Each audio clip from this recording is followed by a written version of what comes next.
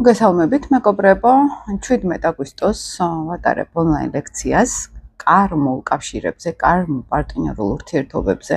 იქნება ეს ოჯახური კარმული ურთიერთობები თუ პარტნიორული ურთიერთობები.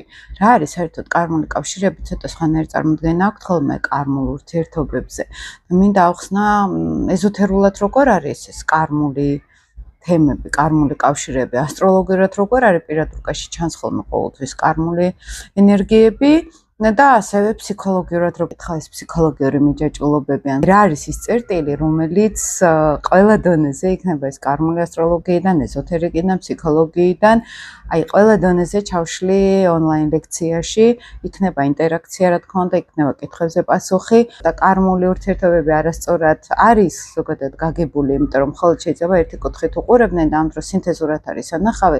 აი ვეცდები რომ ლექციაზე ეს მთლიანი სინთეზი ჩავშალო, მნიშვნელოვანი ურთიერთობა, რომელიც რაღაც ძალიან დიდს გვასწავლის, ხო, რაღაც დიდი გამოცდა გვაქვს აქ. აი ეს არის კარმული ურთიერთობა ჩვენ ენაზე, ასტროლოგიურ ენაზე და მთლიანად გაგარკვევთ, ჩაუღრმავდეთ, იმიტომ რომ არსებობს ადამიანი, რომელსაც არ აქვს კარმული რაღაც კავშირი ვინმესთან მაინც და როგორ შეიძლება აქედან გამოსვლა, როგორ შეიძლება ამ კარმული ემოციის დამუშავება და რაც გვაჩვენებს შინაგანში ეს კარმული ურთიერთობა. ყველაზე მთავარი ეს არის, ხშირად არის ეს ოჯახურ ველში, მეგობრებთანაც არის ხოლმე და არის პარტნიორული ურთიერთობები ძირითადად.